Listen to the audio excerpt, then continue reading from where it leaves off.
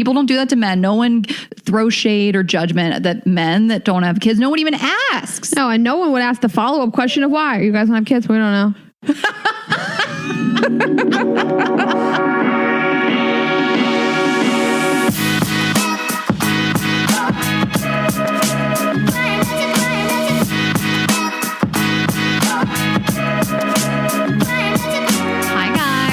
Welcome back to another episode of Girls Gotta Eat. Welcome back.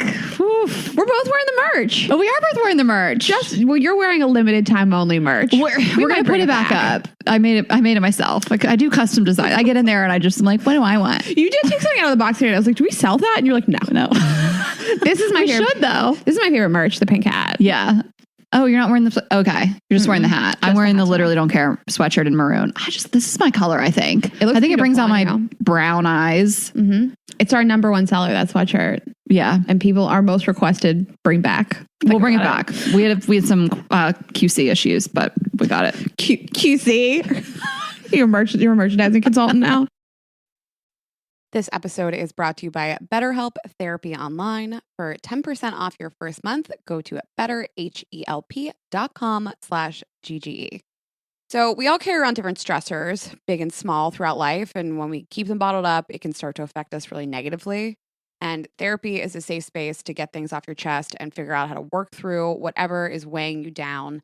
And sometimes we can have journals and self-talk and friends and family to help us, but it is really, really helpful to talk to a therapist outside of that, and they can empower you to be a better version of yourself and set boundaries and work through whatever is going on with you personally, professionally, in your love life, with friends. If you're thinking of starting therapy, give BetterHelp a try. It's entirely online, designed to be convenient, flexible, and suited to your schedule. So you'll just fill out a brief questionnaire, get matched with a licensed therapist, and switch therapists anytime at no additional charge. I absolutely love what they're doing, and they make it so simple. Get it off your chest with BetterHelp. Visit betterhelp.com/GGE today to get 10% off your first month. That's BetterHelp, HELP.com/GGE. This episode is so long in the making. We have been talking about this I don't know how to describe it. I haven't felt ready. I've been thinking about it since March. For years, yeah. We have a t-shirt for that. Honestly, we have a shirt for that. We have merch for that. Yeah, so this episode is about not wanting children, and it's not like I felt like I had to work up the courage to talk about this. I mention it all the time. I just have wanted to say the right thing and get everything out that I want to say and do this topic justice. So we're doing it. And obviously people can just be kind of triggered by it. So we'll talk about why we're doing it. Yeah, sorry. And what we're going to cover. I know you're excited. This is your swan song. Yeah. Oh my God. Do you want to do your announcements up first? Oh yeah, sorry. So this week is our holiday show. Carnegie Hall. Oh my God. Stop. Low-key next stop. year. Low-key, I'm not kidding. We were going to do the show at Carnegie Hall. That isn't like a funny joke. No, it's not a funny joke. Carnegie Hall in the Chicago Theater. Yeah, we had all these dates. We were anyway, so it's going to be online. So how it's going. That's how it started. How it started versus how it's going. So we actually moved it from Carnegie Hall to your living room. Get excited. You don't have to dress up. You don't have to put pants on. So this Sunday, December 13th, is our virtual holiday live show. We have so much fun things in store. We are so excited. You guys will not be disappointed. We did the show. We did a virtual show back in September. This one's going to be even bigger and better and so much fun. And like we mentioned before, get tickets now at girlsgottaeatpodcast.com. They're cheap. And we hope that you watch it live starting at 9 p.m. Eastern time this Sunday. But if not, you will have up to a week to watch it. So we know not everybody can make it that date. You want to watch it a different night. You want to do it on a weekend night, whatever you want to do. So 1 week, so the following Saturday, you will be able to watch it. You'll just you'll get an access code and you'll be able to access it. So that's the plan. But get tickets before the show starts on Sunday. You look really pretty today. What? Yeah. What'd you do? Just like your hair? Wash my hair. Makeup? You showered. Look showered, good. washed my hair. Look good. Thanks. Yeah. Oh, my tan stuff, my tanning stuff. You look tanner. Yeah, it's like this face stuff I use. It's from Rob Bronstein's studio in Atlanta. It's like my favorite beauty product. I'll plug them all day for free.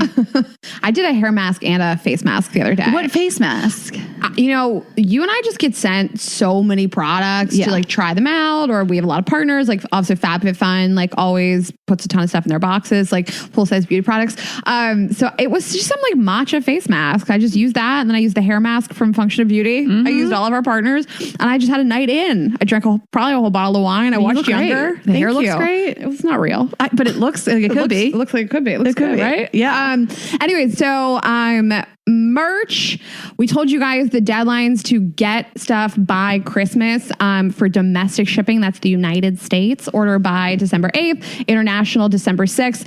We can't guarantee those dates. Those are just what we're hoping for. We work with our fulfillment team to make sure you guys get everything you want by those dates. So obviously those dates have almost passed. We do everything we can in our control to make sure that you guys get those on time. If you have any questions, we have a contact form on the website, the merch site. So please use that for merch questions. Don't DM us questions. Our support will get right back to you. And thank you for all your orders. We love seeing you guys tagged and all the stuff. It's really exciting. The stuff that seems to ship really quickly are the hats. So if you want something last minute, that's a little more last minute. Like a baseball hat? Yeah, baseball hats, beanies. And we do have gift cards, guys. So if you want that, it's under the accessories tab on our website on girlsgoteatpodcast.shop. You guys can buy gift cards. They always fit and they always deliver on time. That's a great idea. Yeah. Like if it's really close to Christmas and you just want to give somebody something and the deadlines are passed, the gift card. Yeah, gift cards are great. Store's great. Merch is great. We have tons of stuff for you guys. You look so cute in the merch. Ashley and I rock it all the time. So thank you for your orders. And I think that's all my merch stuff, right? Yeah. That's it. That sounds like about right. Ashley's like, what else can she not say? I'm doing the wrap it up. Yeah, that's it. Thank you guys for your orders. And then Spotify. Yeah. Spotify released their 2020 Wrapped, where it says what you listened to this year in terms of music, in terms of podcasts, how many hours, what your top songs were, your top podcasts, all this stuff. And we just get an onslaught of tags on our Instagram stories. And yeah. So yesterday, so if you get tagged in stuff, it appears at the top of your like count. And all of a sudden I was tagged in 99 plus Instagram stories. And I was like, oh my God, this is it. It's finally happening. I posted a nude by accident. Yeah. Like, what did I put on the internet? What is happening? What just came out about me? Like, holy shit, I'm canceled. It was so funny. Spotify. You were like, I just got tagged in a million things and I realized it was Spotify. So I thought I posted a nude. I mean, I feel like I would be proud. I don't care, but I want to control the nude. Right. Like draw attention to yourself, but on your own terms. I still have this nude just in the bank from February. Will you please just post it? I'm not going full nude ready on for my Instagram. It's not for me. Everybody live your truth. You included with your zucchini bread, store bought. But I don't know. Somebody will see it one day, you made a good comment to me though, about posting stuff like that. Cause I had this photo of myself that's kind of thoughty that I loved. And a beautiful bodysuit from Spanx that I love. Also the bra I was talking about a couple episodes ago, a minimizer bra. People keep asking, also from Spanx. Yeah. But this bodysuit, I had a photo in these leather shorts and I had a photo without the shorts. And you were like, what's the point of posting something completely naked basically on your Instagram? So I put shorts on, took another photo. Well, okay. I feel like, do I have room to talk? I just posted a bikini pic. I don't know. But it was also I was on a boat, to me, I'm always just boyfriendy. Yeah. It felt like that's what you want somebody to see in private. And also live your truth, do whatever. Post your boudoir pics on your Instagram. Well, I don't care. Live your truth. But I just asked you, what's the goal here? You know what I mean? Because at that point you kind of had a crush on somebody. And I'm like, if the goal is to impress him, I don't know that that's going to impress him that you post this for 500,000 people. I think that's sort of more what it was. It was if I was single and I wasn't interested in anybody or talking to anybody, I probably would have been more apt to post it. Yeah. But I think that because it was just clearly to get his attention, I wanted to put the shorts on and say it. And he said to me, that's really something about being really sexy. And I was like, I saved one for you without pants on. Oh, yeah. Okay, perfect. It's very funny because people I'll post something I don't post a bunch of bikini pics, but I have, these ones that I've posted a couple times and people are like, girl, who you thirst trapping for? I'm like, literally no one, girl. You girls, my Instagram following is 90+% women. It's for you, girl. It's for me. It's for me. Like, it's funny when people are like, they think like, oh, whose attention is she trying to get? Which crush, which ex? I'm like, 0. None. This for y'all and me. Enjoy, girls. Thank you for all your love and support on Instagram. Thank you. No, it's so nice to like hype each other up in the comments. I know. Well, I'll tell you something I did do this week. Okay, just hear me out. Okay. What's happening? I just want your like opinion on this. I wonder if other people have done this. It's just like, I get high and I masturbate at night. That's what I like to do. Okay.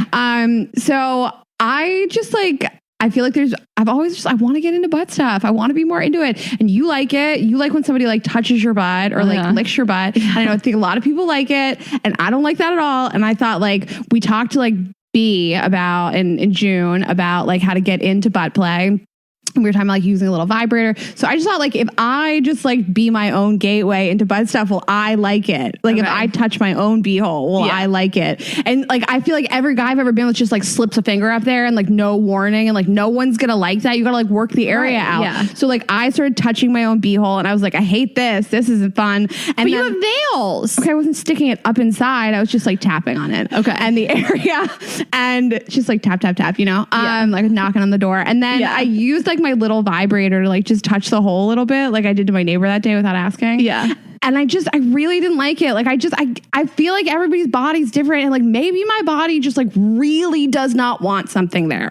It didn't feel good at all? Not even for 1 second. Like not even just like a little bit of tiny baby pressure in the area with my tiny baby vibrator. I don't mean like a dildo. I mean like a small little vibrator. You think it's because it's not clean?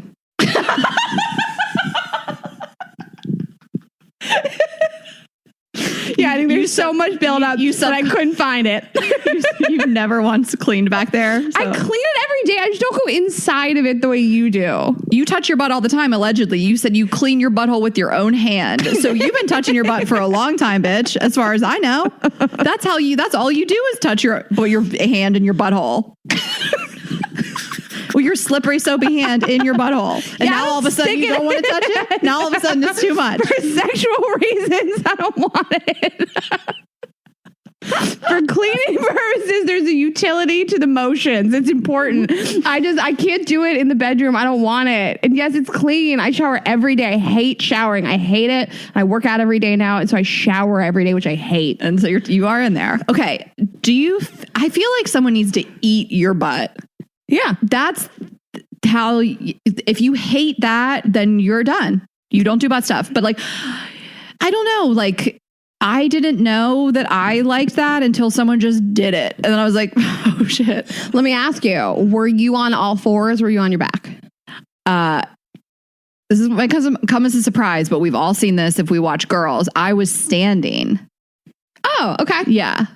Oh, and you're talking about when Marnie is standing in the kitchen? When she's standing, she's been over the kitchen counter and her man is like eating her ass. We don't talk about that show enough. I've watched every episode. That's a great opening scene of an episode of the show. I know. Yes. So I was standing. Oh, I like, that's very hot. Yeah. I mean, that was the first day I met that person.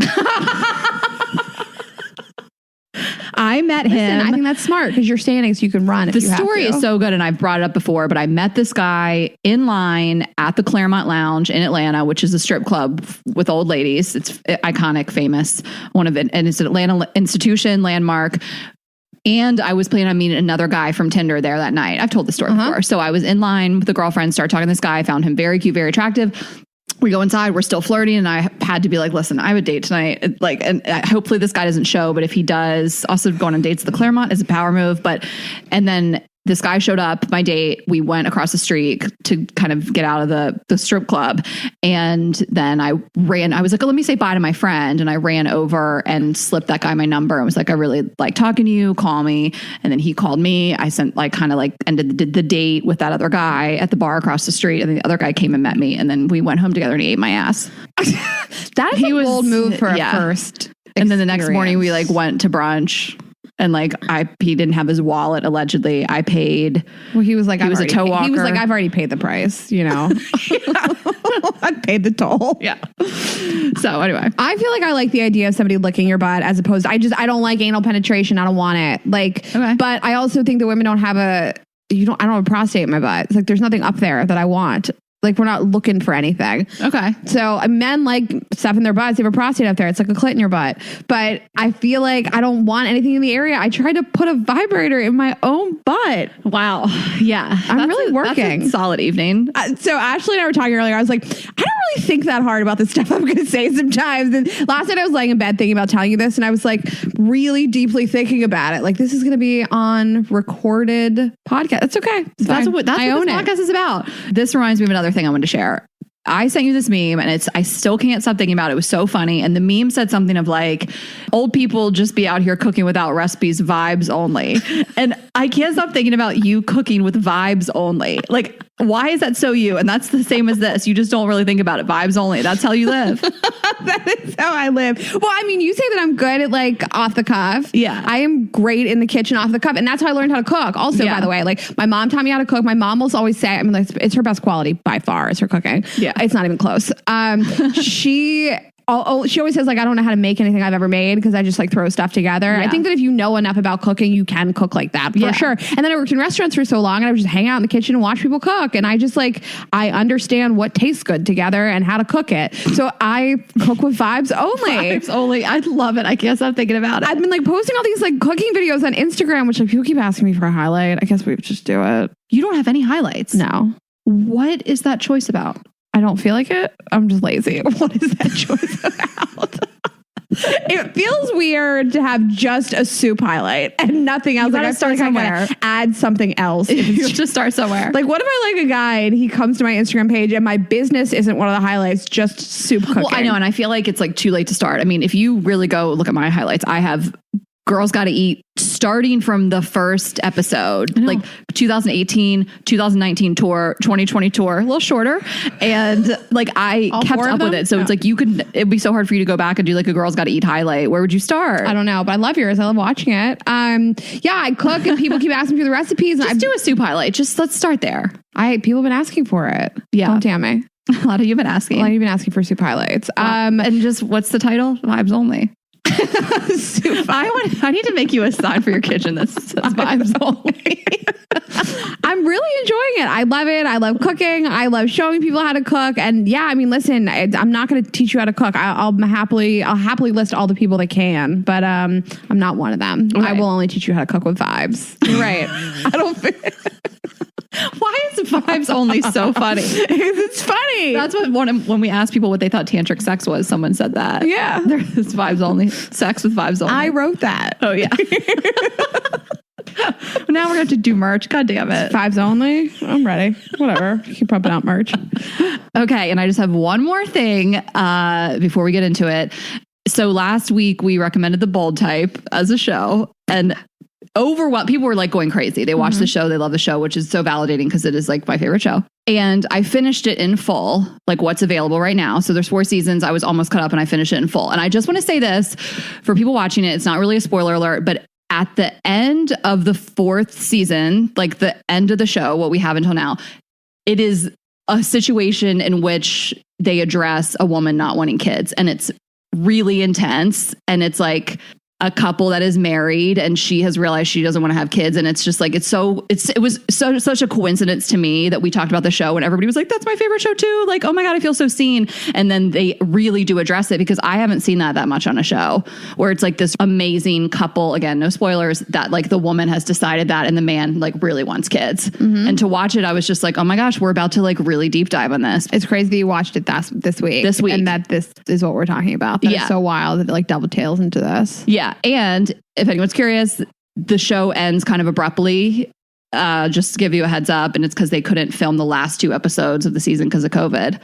Oh, so there's supposed to be 2 more episodes of season 4 and they just had to like stop. Anyway, hot take. I didn't know that. I am I'm plowing through the end of Younger. I'm almost done with it. I'm at the will they, won't they moment. It's driving me crazy, but we're almost there. So you guys know that Ashley and I love to travel. We do it all the time, professionally and socially. And it is really, really important to me to have the best luggage possible, both functionally and just the way it looks. And Base is my absolute favorite. I have everything that they do. I have their check-in bags. I have their carry-on. I have their mini weekender, but I just got their newest bag. I am so obsessed. It's the East to West tote, and it is the absolute perfect bag for like a 1 to 3 day trip. And I just took it with me to Santa Barbara, and it was just perfect for like a few dinner outfits, a couple daytime stuff. I had a padded laptop sleeve, a place for a water bottle, zipper pockets, and there's like an extra removable strap. Also, I just think it's really beautiful. I got it in the beige color, but all of Base's stuff comes in lots of colors. It's highly functional. Outside of this bag, which I am crazy about, their luggage has 360-degree gliding wheels, a cushioned handle, which I love when I'm at the airport, built-in weight indicator, and I always say this, I love their washable bags. So a great travel hack is to just have like a laundry bag in your suitcase. They provide that for you too. It's so cute. Everything they do is super durable and beautiful and functional. I just can't say enough about Base. I love them. And right now, Base is offering our listeners 15% off your first purchase by visiting basetravel.com/GGE. That's BEIS travel.com/GGE.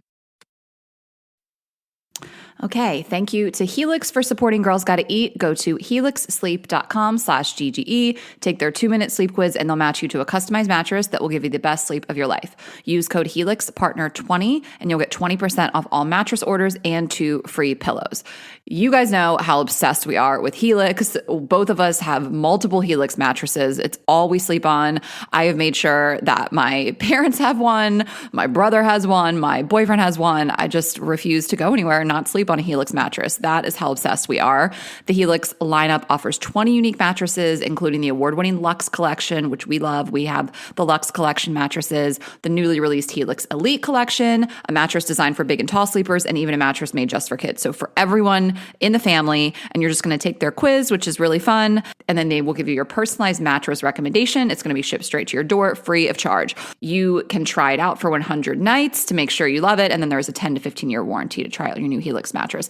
We know everybody sleeps differently. You might sleep on your back, your side, roll around all night on your stomach, or you might want a soft, medium, or firm mattress. We are all so different. So that is why they offer really something for everyone. And so you're just going to order what works best for you, come straight to your door. You can sleep on it that night. You're going to love it. It will change your life. You'll get the best sleep of your life, and you can thank us later. So Helix is offering 20% off all mattress orders and 2 free pillows for our listeners. Go to helixsleep.com/GGE and use code HelixPartner20. This is their best offer with Helix. Better sleep starts now.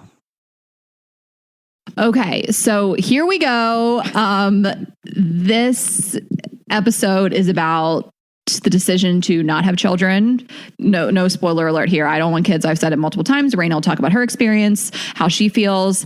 And we've been wanting to do this for a while. We want to do it on our own, but like, honestly, we've gotten so many requests for this. Like, anytime we've ever talked about families or children or anything, like, people ask when we're going to do this episode. And so I know a lot of you guys have wanted us to do it. We feel like we owe it to you, but we want to do it anyway. And, it's not something that so many people talk about. Again, I don't feel any sort of shame or anything around my personal decision. I'm very open about it, but I think some people, it's not easy to discuss.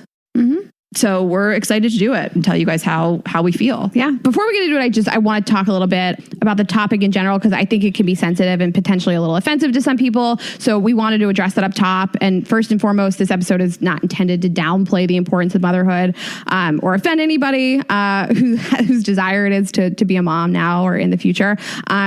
Just because I think something isn't right for my life doesn't mean I don't think it's a wonderful and meaningful thing for somebody else's life. There's always going to be things that I do personally that others think is superfluous to their own lives, and I afford other people the right to think that. So I just ask the same in return for us. I think motherhood is a tremendously difficult job, and many of my dear friends with children that I love so much, I love playing with. I have a mom. I'm a huge fan of her. I just know that sometimes people feel that the decisions that you make are an attack on the ones that they've made for themselves, and that's certainly not our intention here today. I didn't honestly, I'm saying this because I didn't truly realize how offended and condescending people can become when you suggest that motherhood isn't for you until very recently. And due to just a family situation of my own, which I'll discuss later on in the episode, I didn't understand how triggering this could be for other people. And I'll just sort of use an analogy that I've said on this podcast before. Like weddings, I think the huge weddings with like centerpieces and tablecloths and matching bridemaids are a silly waste of money as well. But that doesn't mean that I don't love being in other people's weddings and going to weddings and respect other people's desire to throw them. I wouldn't spend my money on it, but I certainly don't stand in judgment of how other people want to spend their hard-earned money. Certain things make me happy and give my life purpose. And I think that everyone should have everything that they want. And my words today won't be a judgment call on what other people have done and what gives them purpose and make them happy. So I don't stand in judgment of how other people have chosen to use their uterus. So I just ask that they don't judge how I've chosen to use mine. Yeah, I love that you said that. That was beautiful. I mean, if you have children or you want children, we support you wholeheartedly. We've had a number of moms on this show. We did an episode on fertility just to give women information on how they could have children later down the road and freezing their eggs and all that kind of thing. Like, we support mothers in the decision to have children, like full stop. Like, duh. Yeah. You know, like my mom is the most important person in my whole world. I love so many of my friends are mothers. Like, we support mom. So that goes without saying. Like, I just love that you said, like, our choices and our opinions are not an attack on yours. And we're going to talk about how we feel. We might make some jokes. And we know that people like to get offended about anything and everything these days. Not all people, I think most of our listeners are great, but it's really a tense time more than ever where people really are looking to be offended. But I will say that people that are secure in their own choices and they're happy in their own lives are not triggered by the opinions and choices of others that have nothing to do with them. If someone came to me straight up to my face and was like, I think it's so sad when women don't want children. It's not natural. Something's wrong with you, yada, yada. I am 0% offended because that does not apply to me. It's not true. I'm not offended by it because I'm secure in my decision. So if you're finding yourself to be triggered by us talking about not wanting children, I do ask you to look inward because that has nothing to do with us. You know what I mean? Yeah. I mean, I didn't, and again, I will talk about this later. I don't want to keep like teasing this, but I didn't realize until recently, like when you say to somebody, I don't want kids, that they feel the need to tell you how important it was to them and how much it meant to their life and how it fulfilled. That's great. That's wonderful. I'm not saying that your life has no meaning and that mine has more meaning. I'm just saying this is what gives my life meaning. And it doesn't affect you. Yeah. You know what I mean? Yeah. Like, I got a little taste of this. I posted something on Instagram, and this was this really cool video right before the latest season of The Bachelorette started. And it was like all the former bachelorettes were like passing this rose. It was like this cool montage they did. They like did this whole little thing and showing kind of a snippet of their life, and then they threw a rose and the next bachelorette caught it. And it was like the first half of all the women had kids, and they were like crazy mom frazzled with our kids running around and whatever, they were happy. But like, then it kind of went into the more recent bachelorettes who don't have kids, and they were like, you know, Andy Dorfman was like eating this big bowl of ice cream, and like one of them was working out on her Peloton, and they had dogs, and it was like my life. It was like I saw myself in those women, obviously. And I wrote something, and it said, this video is such a stark contrast between women who have children and women who don't. Very obvious observation. And I said, like, I resonate more with the women that have the dogs and the snacks and the workouts and stuff like that. That's it. And I got this really positive response about posting about not wanting kids and how I enjoy my life without kids from moms. So like Matchmaker Maria, for one, a good friend of mine who just had a baby, saying things to me like, kids aren't for everyone. Mothers saying that kids aren't for everyone. I love that you talk about this. Love that you normalize it. Love that you're open about it. And then a few people that took offense by something I never said. And they were like, you know, guess what? Moms can do it all. And I'm like, I never said they couldn't. Like, never said that. We've had the most badass moms on this show. Eden, we had Shan right before she was about to give birth. Like, I have tons of friends. Amy Fraser. Yeah. Like, half of my friends they work full time. They have a husband. They have a career. My mom. Kids. And it was my mom. Like, I just was like, you are projecting so hard on me, something that you aren't happy with in your life. And I didn't even say this thing. You know what I mean? Like, and so I was just like, it made me just be like, ultimately, like, I want to get all this out of the way before we start this episode. If you find yourself getting triggered right now, turn it off. Yeah. I don't want to hear it. And like, it's just, we support what you do. And we ask the same. And I think that we might share some observations during this episode about motherhood And it doesn't mean it has anything to do with your life. And it's not an all moms this, all moms that. It's opinions, it's observations, it's hot takes. If it doesn't apply to you, you shouldn't be offended by it. Okay? And one more thing. Anyone who is out here saying that a woman is supposed to have kids, a woman's body is meant to have kids, if you don't want them, something's biologically wrong with you, that is some antiquated misogynistic bullshit. And those are the same people that say it's wrong to be gay, and it's wrong to be transgender, and it's wrong to have sex before marriage, and it's wrong to have a kid out of wedlock, and fuck those people. Those aren't our people. So any of those views I don't fuck with. Mm-hmm. You know? And I feel like there's so many times like you say, like, I don't want kids, and somebody will say, oh, you'll grow out of it. And it's like, why can't I just want this?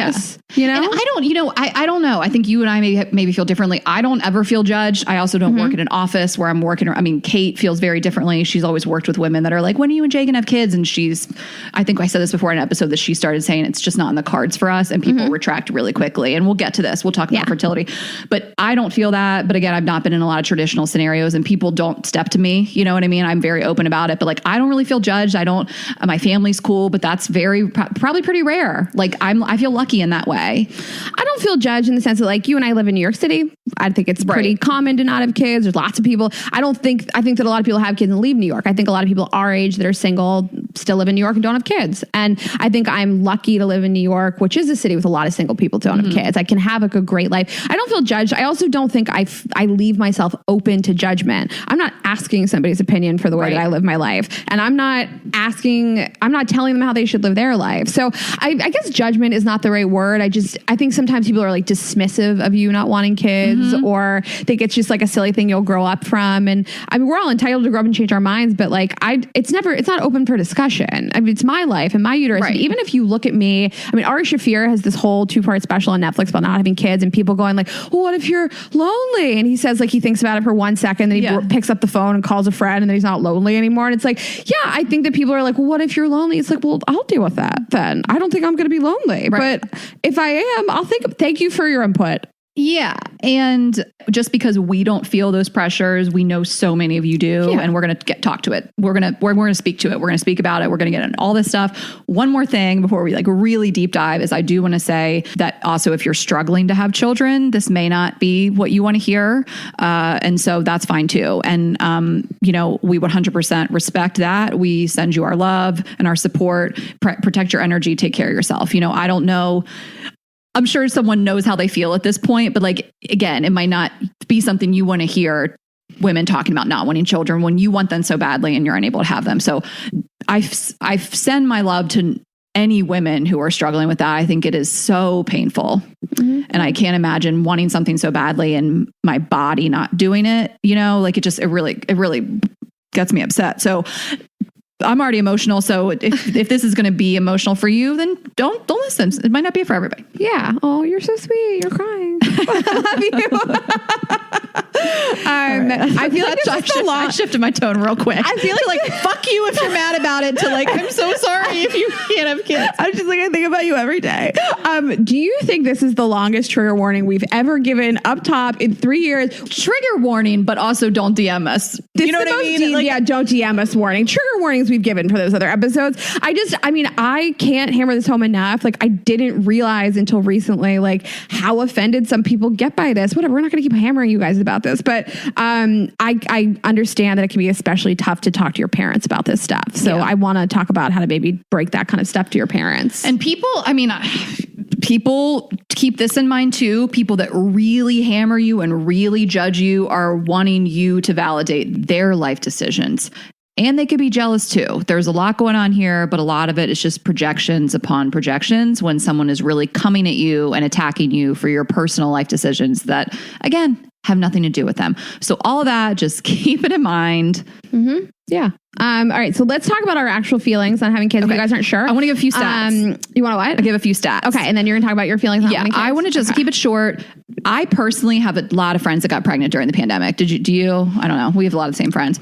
I have 3 pretty good friends pregnant right now. So it might feel like everybody's gotten pregnant during the pandemic, but a report from the CDC in May of 2020 shows that the fertility rate, which just means births, number of births, is still on a decline which it has been on a decline, and the US fertility rate is the lowest it has been since 1985. So I say that just to say that less and less women are having kids. It's more normal than you think. It's okay. It's all okay. And it's not anything new. I was kind of reading like history of women not having kids. And this was from an article I read in the Washington Post, which said childlessness had reached its peak by the 1900s. At least 1 in 5 American women born between 1885 and 1915 never had children. And then, of course, we had the baby boom. And then by the 1970s, again, it kind of started where more women were choosing not to have children, more reliable birth control, frank discussion about sexuality and women's claim to control their own bodies, like all that stuff was kind of on the rise again. So this isn't like a new thing. Like women have just been choosing not to have kids for a long time now, and I think that it is a beautiful thing that women aren't forced to have children and forced to be married, and we can support ourselves and we don't have to subscribe to this very old-fashioned way of life. So it's not anything new.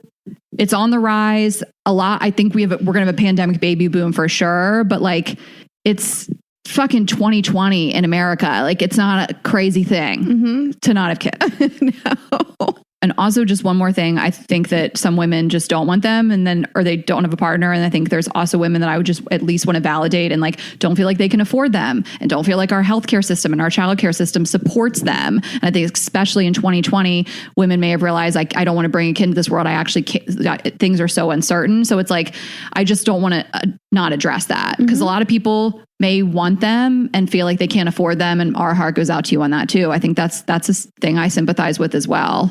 I mean, we talked about responsible parenting in the abortion episode with Mira Shah. And I just think that it's a responsible decision to decide maybe I'm not capable of this. I don't necessarily feel like I can take this on. I don't want to bring somebody into this world. I can't afford to bring somebody into this world. I think not having kids can be responsible parenting. And if you've made those decisions for yourself, then good for you. That also doesn't mean you can't unmake those decisions. Right. But it is a scary time. And a lot of people don't have money. And maybe you decide that I can't give my kids what I had.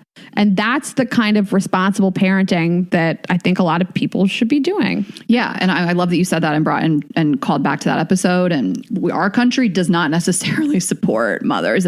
Compared to other developed countries, we don't kill it at all. It's not great. So it's understandably so that there's so many things you have to think about before you bring a child in this world. So whether you don't want them innately, I don't, or you feel like you can't support them, everything is okay. There should be no shame around it. You shouldn't beat yourself up about it. Whatever your reasons are, it's fine. Again, you can always change your mind. Okay. Do you want to talk about how you and I really differ? Talk about how we're different. Well, we're different. I want to explain my reasoning in a minute, but I did always used to want kids, but you've never wanted kids. So, I think that's really interesting because I've sort of done an about face, but I would love to hear you talk about how you never wanted it. Yeah. Okay. I have never wanted kids ever. I don't know. I'm sure when you're you're a kid, you play with baby dolls, you think you're going to be a mom someday. I don't think kids, middle schoolers, even high schoolers think that they won't. That's kind of maybe I could be wrong. I just think I've figured I would. And then as I got into adulthood, I don't think I was so staunchly I'm not having kids in my early 20s. And I still maybe thought I would get married and it would be on the table, I guess, but wasn't really I didn't feel like I wanted them. And I had a girlfriend say to me one time, I didn't think I wanted them too. She used to work in LA. She worked in casting. She had this glamorous job. And then she met her now husband and they have 2 children. And she was until I met my husband, I didn't really want them. I felt like you. And I didn't feel offended by her. I didn't feel like she was you'll change your mind. Yeah, you'll grow up and she just was I see a lot of myself, and she was older than me. I see a lot of myself in you.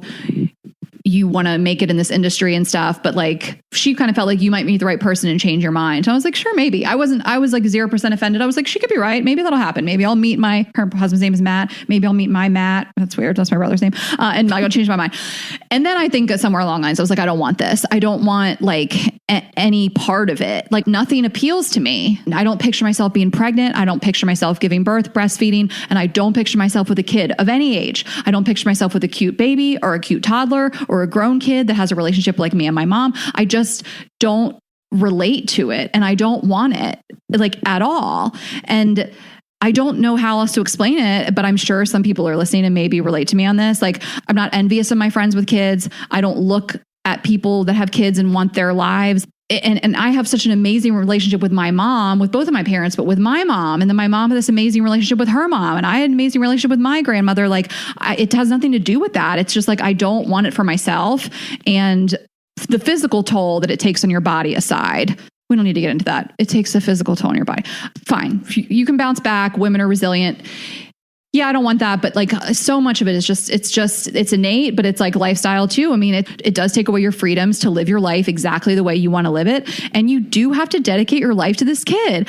This is not to say that you can't have hobbies, you can't travel, you can't have an amazing life as a mother. People do it all the fucking time. But if you're a good parent, you do dedicate your life to your kid. Well, I mean, that's what I thought about my parents. And I want to talk about breaking this news to your parents. But like my parents dedicated everything to Arlen and I. All of their time and their money, and they sacrificed everything. And my parents were amazing parents. That's what great parents do. Yeah. I don't know that I want to do that. Right. Yeah. You're always a parent. Like, and you know, this is my truth, right? Like my parents didn't stop parenting me at 18. You know what I mean? Like they were still worrying about me, caring for me, walking me through life well into my 20s. I mean, even now I'm still like their kid. You know, I lived with them during the quarantine. Like you never stop being a parent. And I'm so glad my parents lived that way. And, you know, they had great lives too. And they weren't like tethered to us at all times. And I think they felt freedoms and things like that. But like they still were parents. And the path that I'm on, it's not for me. And I want to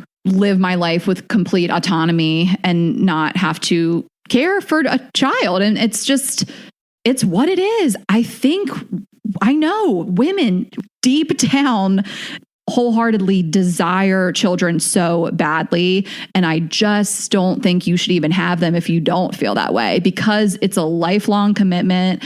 And I'm sure people are on the fence and then they get pregnant and then they're so happy to be a mom. But like, to me, it's interesting to me that people like aren't totally sure and they do it anyway, because it's this lifelong commitment. Mm-hmm. I mean, people say, you know, you don't know until you have a kid. You can't imagine how much love you have for them. You don't mind that you're covered in spit up and that it takes a toll on your body and your bank account and your time. And I believe that's all true. That's probably true for people. But we'll get to that comment about like, you don't know real love until... not real love. You don't really understand like what it is to be a parent and that type of love until you have the kid. That's probably true for some people. I read this quote in Harper's Bazaar that I love, that it says the most offensive of sayings is you'll never know true love until having children. I hate that saying. I'm not saying true love. So I want to clarify. I like what people say about like people that are on the fence and then you see your child. It's a different kind of love. And you're like, of course.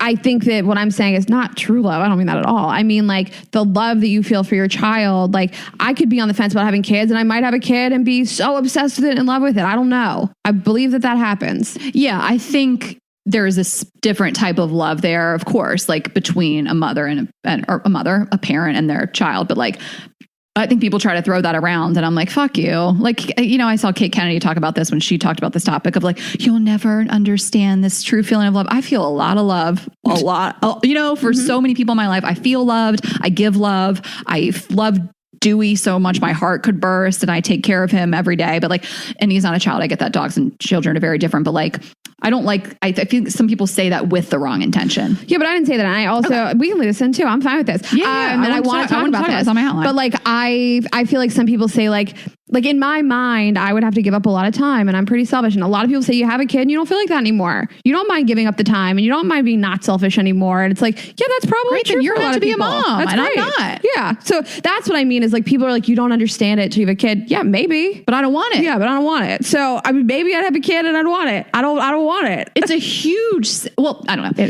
Some people just want to be a mother. That's all they want in life. They don't want a career. That's totally fine. Live your truth.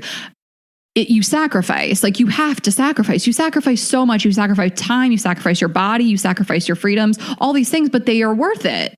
Mm-hmm. If you want it. Yeah, they're 100% worth it. It's my nightmare. It's my literal nightmare. I've had nightmares about having kids. It's so not for me. Listen, I spent all weekend shopping like a crazy person for Black Friday and Cyber Monday. And the amount of times I have just driven to the airport, gone on a plane and gone somewhere, I love that stuff. And some people will tell me that a trip to Jamaica doesn't replace a child. That's okay. I liked the trip. I'm very happy and very secure in my choices. I like the diamond earrings I bought and I like the trips I take. I don't have to think about formula or can I afford these payments? I don't have to. Yeah. You know, 100%. It's nice for me. And having kids is nice for you guys. That's great. Yeah. You're a less selfish person than I am.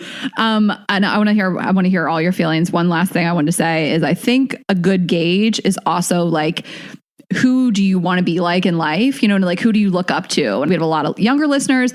And this also goes to say you can want this part of someone's life and this part of someone's life. You know, this isn't like I want to be this person when I grow up. But like for me, it's like I have always looked to people like Chelsea Handler, like Sarah Silverman, Jennifer Aniston, Oprah, Gloria Steinem. Like those are the lives that I want and who I aspire to be more like. You know what I mean? So it's like you don't have to make a decision today. None of you. You do what you want, live your truth. But like if you're trying to figure it out, because I think we have a lot of women that are on the fence, and Kate Kennedy did a great episode on this. She's married. She's not sure how she feels. Go listen to her. She does these very long deep dives and she's wonderful. And she might resonate with a lot of you guys too. But like, look at how you feel when you're with your friends that have kids, and look at how you feel when you look at somebody and their life on Instagram. Like, just always take that into account. Like, do I want this, or do I just think I want it because it's like what society and these other pressures are telling me I want? I like that you said like compare your life to the people that are your heroes. I think it's like an amazing litmus test for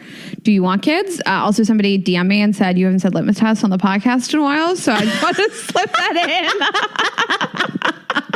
Oh my God. So listen, I know we say don't DM us, but if you're gonna say some funny shit like that, yeah, litmus test.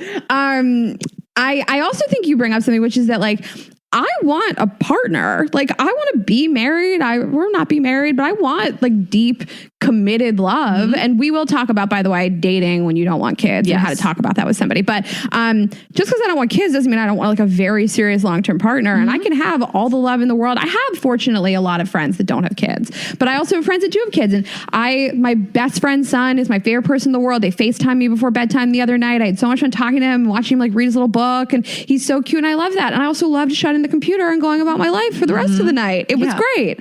You know me, all I want is for Matt to have kids. I have aunt envy. When I see like Kate with her nephews, I'm like, I'm so fucking jealous. Like I am dying for them to have children. I like children. Love my friends' kids. Love them. Yeah. I do. I love babies. I love kids. I like the smell of babies. I do. When they're like 2. But when they're like 7, they start to get less cute. I'll see you when they're 2. Yeah, 2 to 7. Excellent ages. Actually, infants are fine too because they just sleep. Except you have to change those shitty diapers. Well, and spit up. Messy butts. The diapers are worse for me. You're gonna walk it back. Okay, so I love gift giving at this time of year, but when finding great gifts, things can really start to add up. And that's why this season I am shopping with Quince. Quince is the go-to place for luxury essentials at affordable prices for everyone on my list, including myself. We'd like to thank Quince for supporting our show. Go to quince.com/GGE to get free shipping and 365-day returns on your order. So I'm really, really glad I found this company and this site. Everything is so affordable, but looks really luxury. So as you're perusing it, they have 100% Mongolian cashmere sweaters. They have washable silk tops and dresses. They have cotton sweaters and all kinds of comfy stuff, like just cozy pants that you can wear. I love the colors. I love the styles, but the prices are really the reason to shop here, on top of obviously the selection. Prices are 50 to 80% less than similar brands. So it's unbelievable. It partners directly with top factories to cut out the cost of the middleman, and it just passes the savings directly on to you from Quince.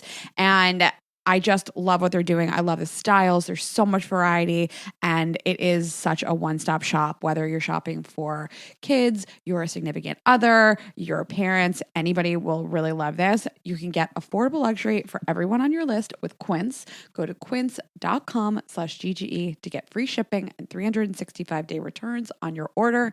That's QUINCE.com/GGE for free shipping and 365-day returns.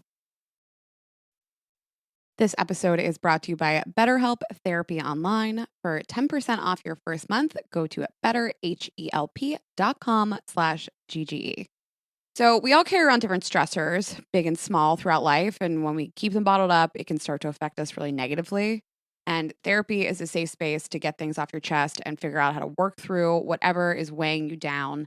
And sometimes we can have journals and self-talk and friends and family that help us, but it is really, really helpful to talk to a therapist outside of that, and they can empower you to be a better version of yourself and set boundaries and work through whatever is going on with you personally, professionally, in your love life, with friends. If you're thinking of starting therapy, give BetterHelp a try. It's entirely online, designed to be convenient, flexible, and suited to your schedule. So you'll just fill out a brief questionnaire, get matched with a licensed therapist, and switch therapists anytime at no additional charge. I absolutely love what they're doing, and they make it so simple. Get it off your chest with BetterHelp. Visit betterhelp.com/GGE today to get 10% off your first month. That's BetterHelp, HELP.com/GGE. All right. So, Rayna, let's hear how you feel about having children. So the way that I feel about kids, I don't have such a line drawn in the sand as you do, but I'm coming around, I think, even much more firmly to not having kids. And I'm going to talk about why. And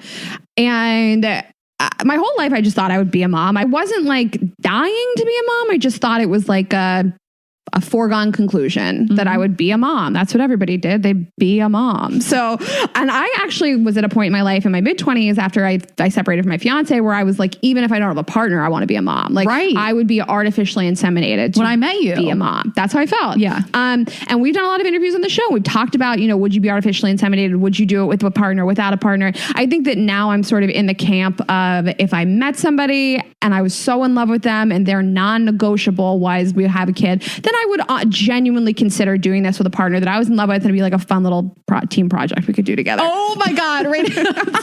Guys, please don't think about it like a little project. It's a lifelong commitment.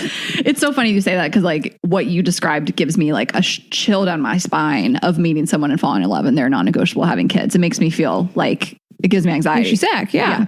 But I'm also getting to an age where I'm just like, I can't. They're going to be like, that's fine. They're like, you're dried up. You can't have kids anyways. But honestly, I feel like this is the part of the conversation I think does offend some people sometimes. I feel like I wanted to have kids to give my life purpose. That's what I wanted. That was what was going to give my life purpose because it's an important thing that you can do to have a legacy and to have something carry your name on and to give yourself something to do long term and somebody to care about and something bigger than yourself, right? Mm-hmm. And I feel like, I know I'm going to start crying when I talk about this and I don't care. I feel like starting this podcast has given me purpose in the world. And I know that I could die tomorrow and I will have made some mark on this world. And, we read your emails and we see how much this show means to you guys. And even little things like I improved my sex life with my partner because of you guys, or I left a situation that wasn't healthy to me, all the way to I didn't commit suicide because of you.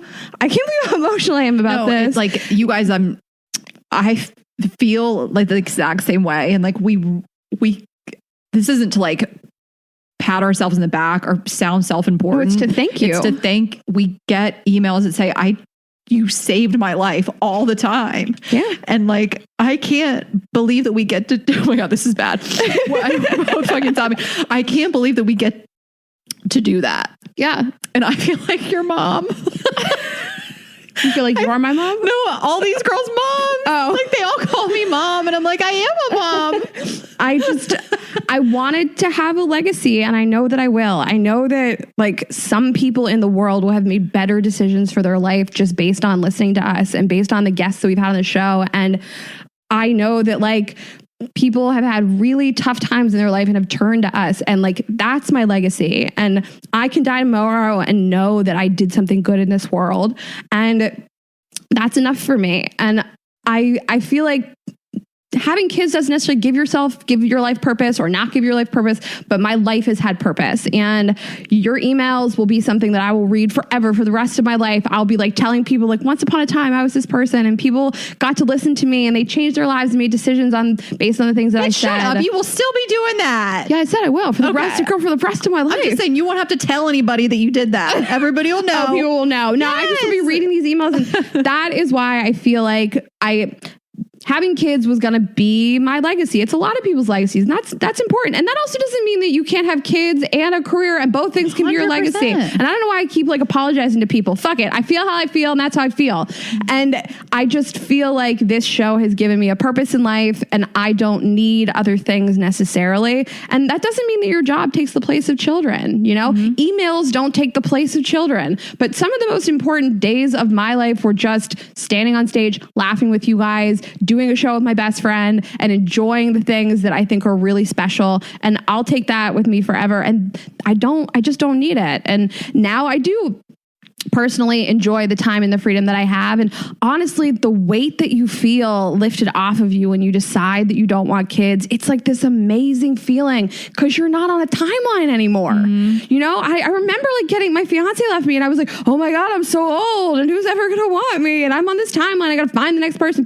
When you decide you don't want kids anymore, what a blessing to like, I mean, whatever, have kids if you guys want to have kids. But for me, it was like this nice thing where it like waved this wand. It's just I'm not on this crazy timeline anymore. I don't have to find a partner tomorrow. I don't have to make decisions based on finding a partner tomorrow. I don't have to. I have the time now. Absolutely. And I'm sure a woman that's listening that is single and wants to have kids, it's like painful for her to hear that because she still wants that. But like, and I feel for you. We do. That's why we did the whole episode on freezing your eggs and we had Meryl on and the whole thing. But it's like, it is so nice. And I was just having this conversation with a girlfriend the other day that always thought she wanted to be a mom, a really close girlfriend. She's our age and she is going through a divorce and they never had children. And she feels like she decided recently, even when she was still with her husband, that she didn't want children and she felt like she had such a weight lifted off. And now she's probably going to get out there and start dating again. She seems really happy. And she's like, God, the decision not to have children, like this huge weight lifted. Like, I feel young. I feel like I have my whole life ahead of me. Like, I don't need to kind of go by this biological clock. And,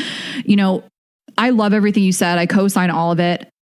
This, again, I can't stress this enough. This isn't like an all moms this, and we can't make statements like that. Those statements don't apply to life. There's no all women this, all men this, all podcasters this, those statements don't hold weight. But I think some women do have children to have a purpose. And I think they haven't found passions in life in terms of not just career, whatever it may be. And they want kids, sure, but they kind of think I'll do this thing and I'll be a mom. And there's also women that have these thriving careers. They've traveled the world and then they just have kids on top of it. You know, I always think of someone like Eden, who has this amazing career and also has a daughter in the mix. And maybe she'll have another kid one day. I don't like, you can do it all or you cannot do it all. You could just be a mom and that's fine. All of it's fine. It's like whatever you want, but like, just make sure before you have kids that you have really thought about, is there more you want to do?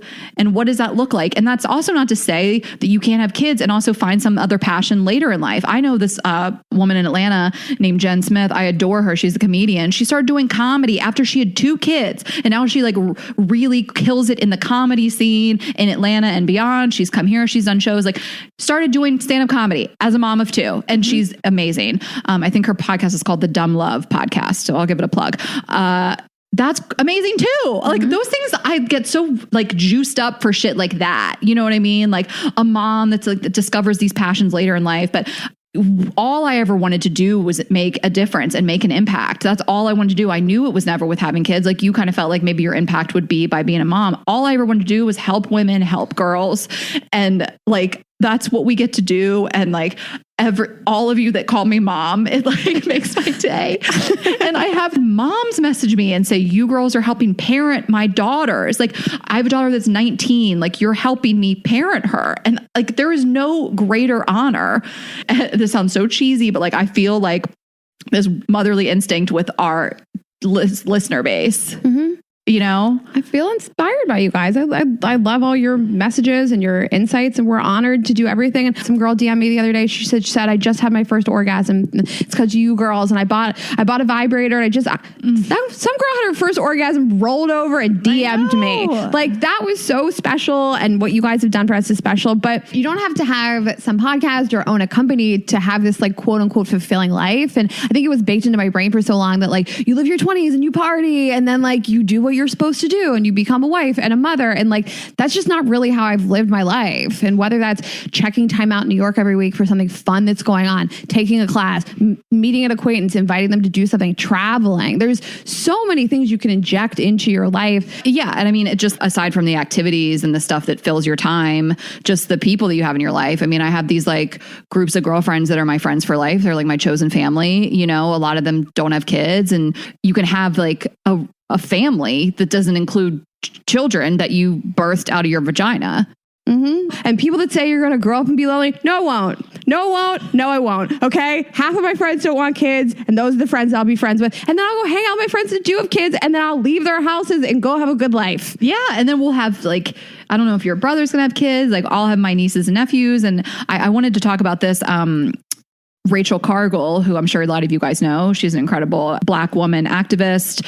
And she has a separate Instagram account aside from Rachel Cargill called Rich Auntie Supreme. Have you looked at this? No. And it's this community of women that don't have children. And it's called Rich Auntie Supreme. I love that. Her Insta bio, I just wanted to read her Insta bio and see if this resonates with you guys. It resonates with me. It's a lifestyle, and then that's a champagne clinking emoji, but it's a celebrating and creating community with those women who choose a journey of being child-free and indulgence in the villages around them. Because we are able to give so much because of the life we've chosen, but also because we don't have kids. Like you and I are able to do all these things and put our efforts elsewhere. Because I think there's this really false narrative of that women that don't have children are just like flamboyant and indulgent. And like, you know, it's just like, it's such the opposite. Like her whole thing, and you guys should follow this because it's a really beautiful community on Instagram of women that don't want children, is like, you give back in other ways. You support your community in other ways, and you're able to do all this stuff because you're not solely focused on these children. And I just love that. And I mean, just to kind of wrap up this conversation is like, it goes without saying that you can have a full, beautiful, fulfilled life without children. Mm-hmm. We do. Like so many women have done it. So many more women will do it. Children don't make a woman more valuable than a woman without children. And for a lot of people, they're not going to make you feel fulfilled. Some people are just not meant to be mothers, and some women are. And some people are unhappy, and no amount of having kids is going to make you feel fulfilled. You got to just be a fulfilled person, you know? Mm-hmm. And I spent like, I don't know, 2 hours the other day researching charities and linking them and doing an Instagram story and putting it online. That's what made me fulfilled. It made me happy. And some people will look at that and say, well, it's not going to make you as happy as having kids. Fine. Then you have kids. Right. I had a great day. It's like, again, we go back to this, like, you'll never know true love or whatever. It's like, but you'll never know what it feels like to, I don't know, be on stage at the Wiltern and the Rams cheerleaders just performed and there's 2,000 people and they're screaming your name and you're fucking crying and you're wearing a tight red jumpsuit. You're never gonna know what that feels like. So the things that we've gotten to feel is the life choices we've made. You know what I mean? Like, yeah. I will never know what it's like to look down at this child that you created. I'm sure that's immeasurable. I know it's beautiful. It's incredible. But like, we are going to have different experiences that are rare and special. And you might never know those. And that's my truth. And it's your truth. You know what I mean? Like, we need to stop shaming each other. And it's women who do it to other women. Yeah. Also, I don't like, why are we giving other people advice, unsolicited advice about what they're doing with their own bodies? I didn't ask. Mm-hmm. Like the people that say to you, like, you'll never know true love. It's like, well, then congratulations that you do, and keep it to yourself. And I have friends. I have one friend in particular that I'm no longer friends with. She had a couple kids, and her Instagram bio just says like wife and mommy. That's what she wants to do. She got a master's degree. She doesn't work. She wants to be a mom. That's what she wants. I think she looks at me like I'm just some reckless alien that just like runs around and travels. She like doesn't get me. We just don't connect anymore at all. That's the only friend I've ever had that experience with that had children, and I don't, that like thinks that I'm this like crazy wild person. Yeah. I think because all my other friends I grew up with have kids 100%. And I love them and I spend all my time with them and their kids. Fuck that person for thinking that, you know? And if that person is like threatened by your way of life, I know that most people wouldn't look at it as being threatened, but I do. She's projecting. Yeah. So, I mean, good for her. I just don't want to be condescended to or mansplained how I should be living my life. So I didn't fucking ask you. Yeah. And I want to, looking at him right now, I want to shout out all the dog moms in the house, because it's a commitment. It's been a 12-year commitment to revolve my life around making sure this animal is okay, and it's just like, I know it's not the same. I'm not even close. And I know that because you can't put a kid in a crate and leave. No, I'm just kidding. Dewey isn't crated, but you can't just leave, like I feel this like sense of love and nurturing and taking care of him. And he's getting older and his health is, it's iffy. And it's been this like 12-year commitment of like loving this companion and taking care of him. And it's just like, if you don't want children, I think, and you don't want dogs, but like, I think that dogs are just so fulfilling. And I think it's so beautiful when I see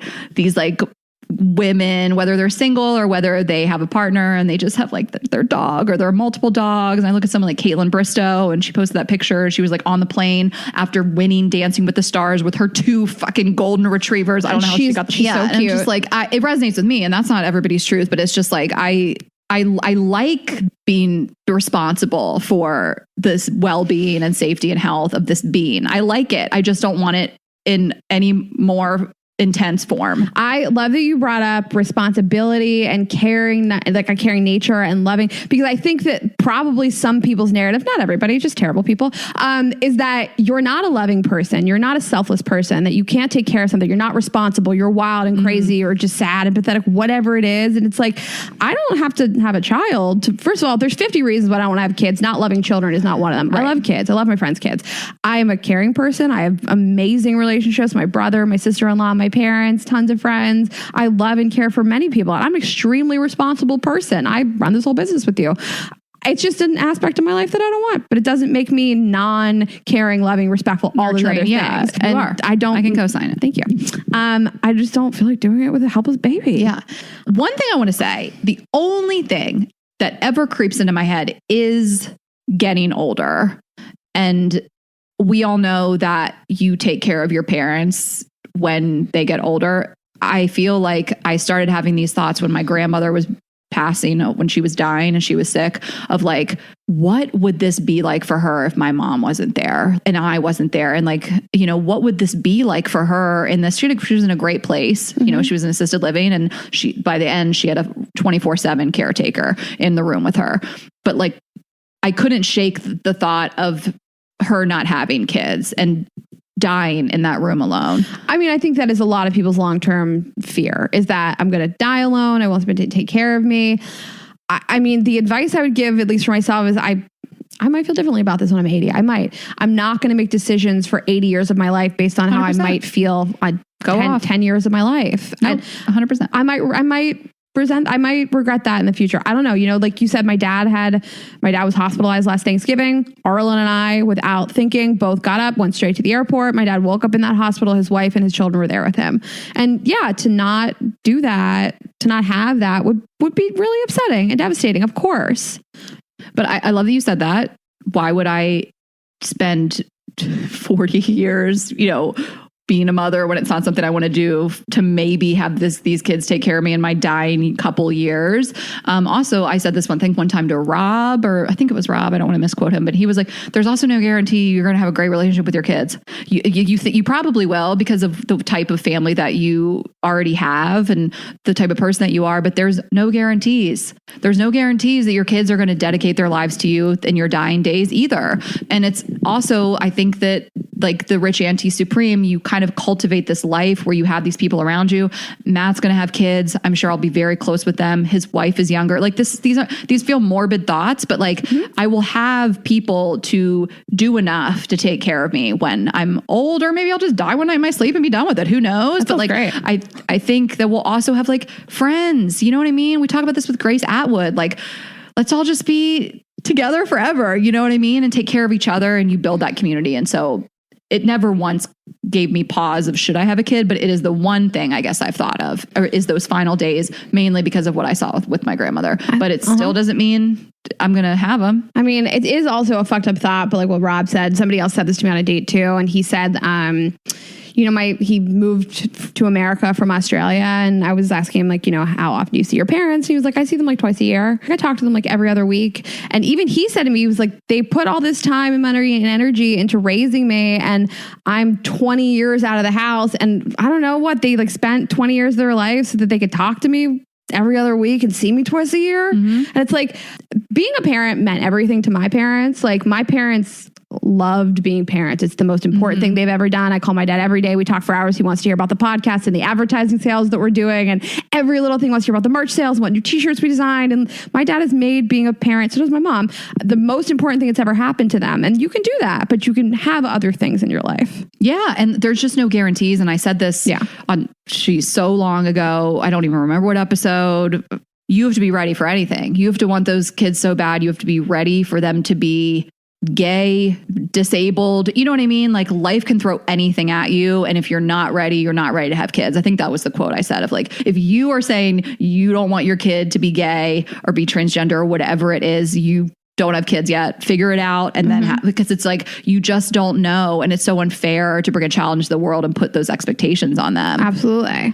Well, I want to talk about breaking this news to your parents, because I think that, like, we've talked, all this other stuff sort of applies to your friends. Your parents are a different league. And then I want to talk about dating when you don't want to have kids. But you are really fortunate that your parents just like fully support whatever you want to do. I don't think they've given you like a lot of shit. And I never really had a conversation with my parents or any immediate family members about whether or not I wanted kids. And until recently, I'd never done that. And I didn't realize until I did it how painful those conversations can be. And I think on the one hand, your parents, I think that they want you to have a good life. I think their intentions are always good. I think that they want you to be fulfilled and have everything you want and have everything that they gave you. They want you to give to somebody else, and they want to be grandparents. And that's a whole chapter of their lives they're really looking forward to. And I think it can be tremendously disappointing when you tell them that that's no longer going to happen. And so I want to validate that. I think it's really scary to tell your parents that. And I think it can be very disappointing for them. And, if I don't have kids, at least my parents have another child that will probably have kids.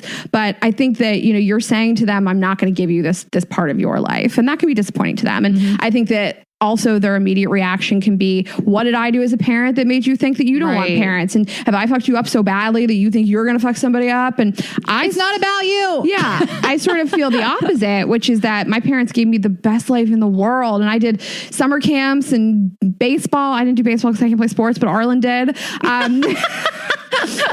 My parents woke up every morning to take us to school and then worked all day long and then came home and cooked dinner. And my parents sacrificed a tremendous amount. I had amazing parents. I felt loved and protected.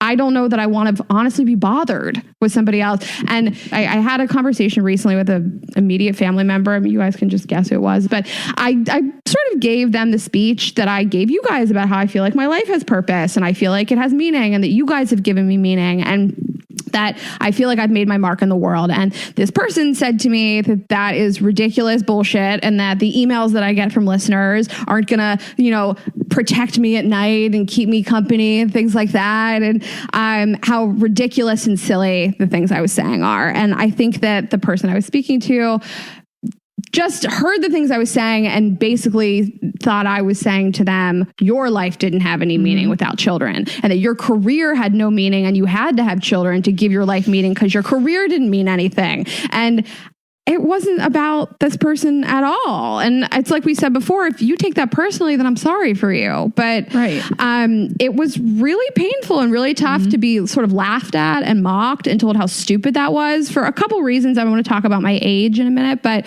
I wasn't asking for anybody's opinion. I think I probably would have. I wasn't planning on having this conversation, first of all. I'd had a couple drinks. I wasn't trying to have like a sit down with my family about not wanting kids. I probably would have managed this conversation a little bit differently had I been dead sober and wanted to have the conversation. I didn't know we needed to have a sit down conversation. But once I brought it up, it really spiraled out of control. I think if I could do it again, I would frame it as, you guys gave me all these things and I don't know that I feel like giving it to somebody else, to be honest. But I certainly would frame it as, just because I have other purpose in life doesn't mean I think your life had no purpose or your career wasn't special and important. And the other side of that is that, being told how silly and stupid and ridiculous my feelings are. Also, I would just like to say I am of a certain age and my ability to have children will get less and less and less as I get older. And this is not some like decision I'm like pretending to want because of a certain age and I've decided I can't have kids and like, let's just save face. I don't give a shit. I'm in my mid-30s. It gets harder to have kids if you get older. Yeah. I haven't made the decision to not have kids based on my age. I have a million options if I want them. I can adopt, I can freeze my eggs. I have the options. It's pretty cruel and unfair to tell a person who is losing their options to have children as they get older how stupid and silly and ridiculous that is. And I didn't react very well to it and I was incredibly insulted and I went to the car and I was hyperventilating and crying and I'm fine now. But I don't think it's really fair. And I want to validate you guys that this is a really tough conversation to have with your parents and to tell them this isn't something that you want. But I would stand your ground and don't let people invalidate what you feel. It's not silly. It's not stupid. It's not ridiculous. Because I think the only people that are really going to invalidate this are your parents. Your friends don't really have that much skin in the game if you have kids or not. They don't really give a shit. Right. You know, the tough conversation is going to be with your parents. Or your in-laws, geez. Yeah, or your in-laws. You know, people who are directly affected by your choices. And I would just stand firm that, first of all, this is not up for discussion. I'm just telling you what I'm doing. And this doesn't invalidate your choices to be a parent. I love that you're a parent. I love that my parents had me. Right. Wouldn't exist without you. But it wasn't really up for discussion. So anyways, I just want to validate this is really like a painful conversation to have and uncomfortable. And, you know, I would thank your parents for the life that they gave you and that's it. Yeah, exactly. I love that you said that. I'm so glad you shared that. And again, like you can really just, if you really are worried about the conversation, you can drag it out as long as possible. You can be like, we're not sure yet. Or, we're not sure yet. I'm not sure yet. We're not sure yet. Whatever you need to say. And then I know that conversation is tough for a lot of people. And I think you just have to do it with so much love. And I don't. I'm like, I don't want this. My mom's like, cool. I know, but I still know.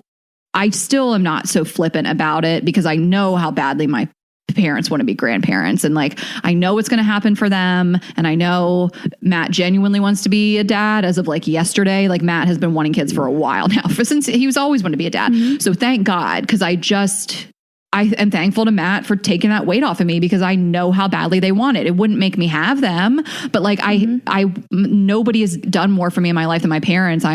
They're the number one thing in life. I wake up every day and I'm so grateful for it. And so it's like, I'm just so glad they're going to have it. I mean, you know, hopefully everything goes according to plan, but it's like, I know they see, you know, my aunt and uncle that have all these grandkids and it's just like, they want it so badly. So it's like, you just have to do it with so much love and like understanding and not that you just didn't see it coming. I didn't know that it was, it's just never like a sit down conversation I ever had. Yeah. I think that flippant is probably the best word. I think it probably sounded a little flippant in the moment because I wasn't planning on having the conversation. I said it as just like a passing thing. Like, I don't think I'm gonna have kids. It wasn't like a sit down and it might have sounded a little flippant at the moment. And I didn't say, I appreciate you and your life did have meaning and I'm not invalidating you. And also what you said about how much people want kids. My mom had 3 miscarriages. My mom went through a lot to have Arlen and I. Yeah. And she went through, you know, getting all kinds of fertility shots in her butt constantly. My mom, no one wanted to be a parent more than my parents and more than my mom specifically. And what she went through to do that,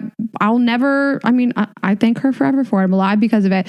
But I think that, I wouldn't approach it in a flippant manner. I would really think about it. I had been drinking again. I was more emotionally charged. I probably would have been hysterically crying afterwards if I had just thought about it a little more and done it with more care. Yeah, exactly. So, I mean, you know, even if you do have parents like mine that are super understanding and supportive, like I still keep that in mind of like, I know that you would prefer to have a bunch of grandchildren, but you know, they're not going to come for me and everybody's cool with that. But yeah, I can joke around and be like, they know, but I think they've always kind of low-key known because they know me so well. But, I love that you brought up the age thing. I mean, age aside, women struggle with fertility for a number of reasons. And I just want to bring awareness to the problematic nature of asking women who you don't really know that well, if they're having kids, when they're having kids, why they're not having kids. Like, I think these questions are fine to ask your family members, your close friends who are probably already talking about that type of thing with you anyway. But people who you don't know that well, think before you speak. And I'm not saying that all people who ask these types of questions have any ill intent. I'm sure I've been guilty of it before. Maybe when I was younger, you know, somebody gets married, it's like this question you just are asking, even just to make small talk or whatever. But I just want to bring it to light and put ourselves in the shoes of a woman who may be struggling to have kids or just doesn't want to share her business with you, you know, but the, you know, worst case scenario, a woman that is really struggling to have children, and like some rando at work is like, so are you guys having kids? And it's like, that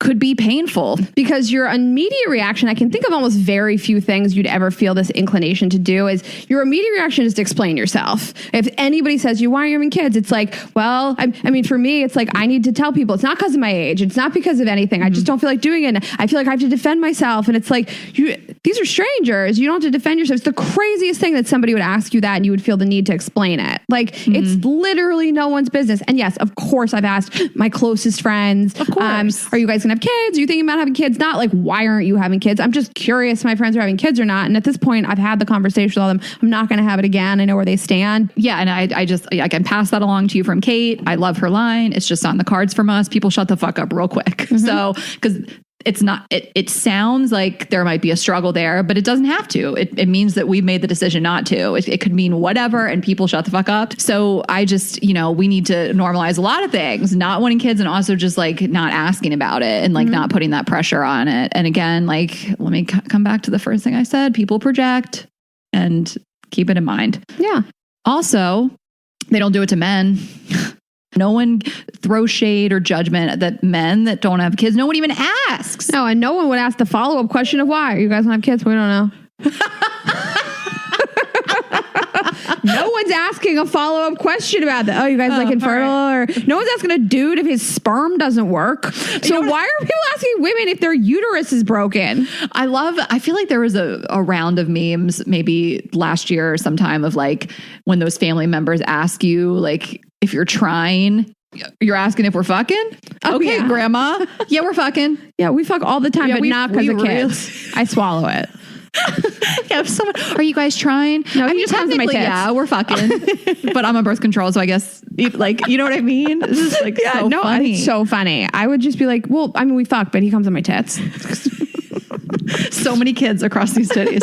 Grandma. You should have been a blowjob. That is the meanest insult. Oh my God. Okay, so we talked about parents. I think you probably have more experience in this than I do, and I'm curious what your thoughts are about dating when you don't want to have kids. Okay.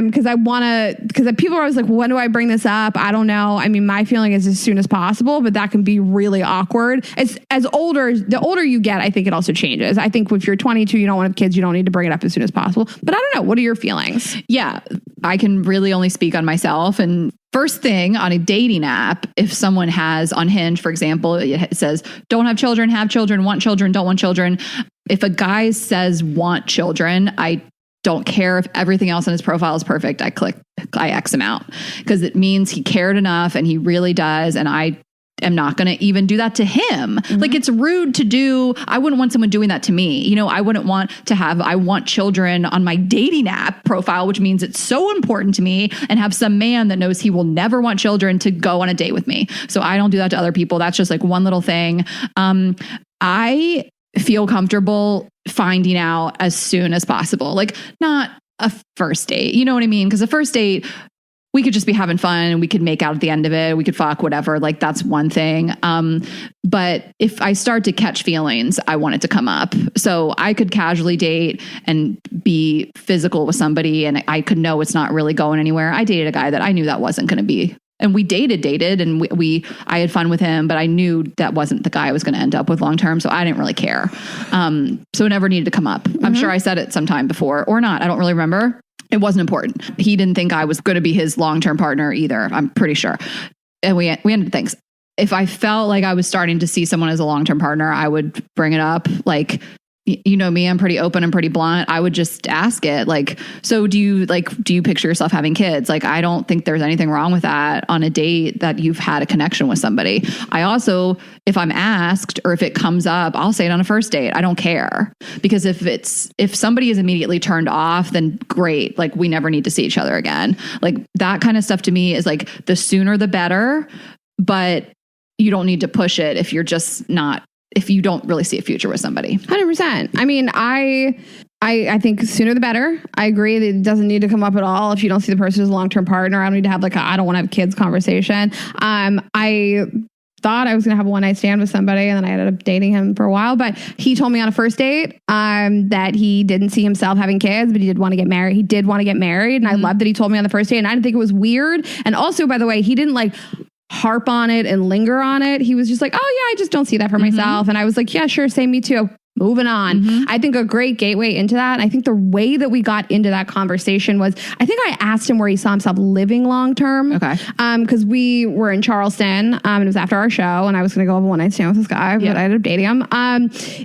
I think I just asked him, like, do you see yourself staying in Charleston or something long term? And I think that's a good way. Like, if somebody says, oh, I just see that usually will lead into the conversation. Because, like, before, if people would say to me, like, do you see yourself living in New York long term? My standard response was, if I have kids and a family, I'd like to move back to Pittsburgh. And that is how I always felt. I think that's an easy way to just sort of get into the conversation. And you can just shut it down after that. I think that you can learn a lot from somebody by saying, like, where do you see yourself living long term? Because a lot of people link that with children. Yeah, you know, it'll come up. Yes. I think, like, you know, do you want to live in a major city? Do you want to live in the center of the city? I think if you sort of, most people's answers will revolve around how many bedrooms they want to have. Do they want kids? They want to live in a school district, things like that. Or another way you can get into it is if they have siblings who have had kids. So I went out with a guy, he was the younger brother, and he had a bunch of, like, his older siblings had kids. And I think I just asked, I actually did, it wasn't even a guy I saw a future with, but I just, out of curiosity, I think I was like, oh, do you want to have kids? And he was like, yeah, of course. And I was like, yeah, I saw that coming. But I wanted to bring up one other thing into the conversation. Some people, again, just assume that they will. So let's talk to the women here. Men may just assume that they will because they will be with a woman that wants to.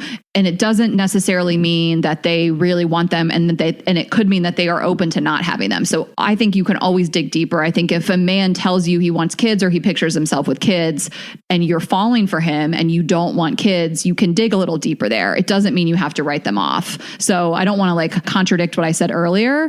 Again, if I get the vibe that someone's like, oh, of course I'm having kids, you know, I'm going to have this many kids and this and this, I'm like, oh, you're probably not for me. But if I really liked the person, that's when you say, I don't see myself having kids. Like, is this going to be a problem for you? Because a lot of guys might be like, yes, oh my gosh, it's non-negotiable. And some guys might be like, let me sit on that for a minute. Maybe I really don't care. And my most serious ex, who I saw myself with long-term, I can't remember exactly where it was. It happened probably earlier than later, but I remember the conversation coming up and literally bracing myself for what he said, because I really wanted to, at that moment, saw myself potentially marrying that person and was so terrified he would be like, oh, I 100% want to have kids. You know what I mean? And he was like, I don't really think so. I'm kind of on the fence, but I don't really see kids in my future. And I was like, yes, let's keep it moving. But prior to me, he hadn't really thought about it too hard. And he probably was like, yeah, I'll probably have kids one day. You know what I mean? Like some people, I would venture to say more men maybe don't think about it till they have to. And I think there are people who really want to be parents and they know that. And there are people who really don't want to, like me, who know that. And then there are so many people who are on the fence. And there are people who they marry other people who are on the fence. And then they decide to not have kids or have kids. And, you know, that's why I love that Kate Kennedy, who was married, did an episode on being unsure about it. And we're human, we're flexible, we change our minds. And so I want to validate all the people that just don't really know. And we hope you figure it out one day. And if you have a partner, we hope that you are on the same page with them. But since this episode was focused on women who don't want children, we're speaking to them. And I just think feel it out early on. But if you really start to fall for somebody, I think it's worth continuing those conversations. But I mean, if you get to a point like at a standstill, if a guy is like, I'm having kids, like that's what I want, then I would probably not go any further down the road. You know what I mean? Yeah, absolutely. And I think that, like we say, as soon as possible, for me, that's by date 3, knowing what somebody's absolute non-negotiable is. I'm perfectly happy to date somebody, like you said, that's sort of on the fence about it and just see where they are. But if somebody says, my life's goal is to be a dad, I would like Matt, you know, like your brother, 100%. I would not, that's not fair. I don't want to, and I don't want to make somebody sacrifice something because they're so in love with me. Yeah. I want somebody to be okay with it. Yeah. But again, can't stress it enough. Sure, there's plenty of dudes out there that are like, yeah, I'll be a dad one day, and like actually don't really care. Yeah, just wait them out. So they could So it's like you have to figure out which side they are. You know what I mean? Yeah. And just like don't get too far down the road where you're picturing your future life with them and you're falling in love without like kind of figuring that out. Yeah. And while we're here, obviously this episode isn't about wanting kids. Clearly it's the exact opposite. But again, that stuff, bring it up as soon as you want. I was just reading a book where this woman was having such a hard time dating, and what she really wanted was to get married and have kids. And she was like, I bring it up on date one. And she said so many guys like just ran from that. But she finally found the right guy, because that's what she was like, I'm done wasting my time with people who don't want this.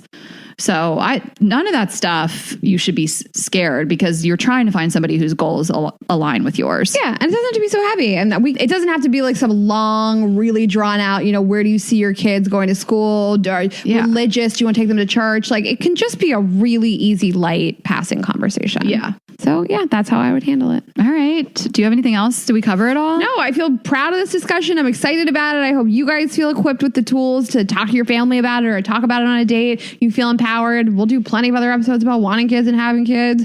And if you have a problem with what we said, don't DM us. Okay, so we are so excited about this game, this little segment we have. We just wanted to keep it in the vein of kids, but lighten it up a little. And so we wanted to ask our listeners, and also share our own stories, but ask our listeners their craziest childhood stories. I have a fucked up story to tell you. I feel like after you hear the story, you won't want kids. Okay. Well, let's then tell your story. Okay. Also, I just have to say this. Okay. We got so many amazing emails and answers on the question slide on Instagram, and we have so many stories of our own. So we think we're going to do a bonus episode with this down the road and dive more into like what we were like growing up and stuff like that. So we're not going to give it all away today. Yeah. Okay. The most fucked up thing I did as a kid, it was definitely in high school, because that's when you're like peak asshole, and like I was 15 years old. This was, my mom went out of town. She knew I was an asshole. She got a lock on her door.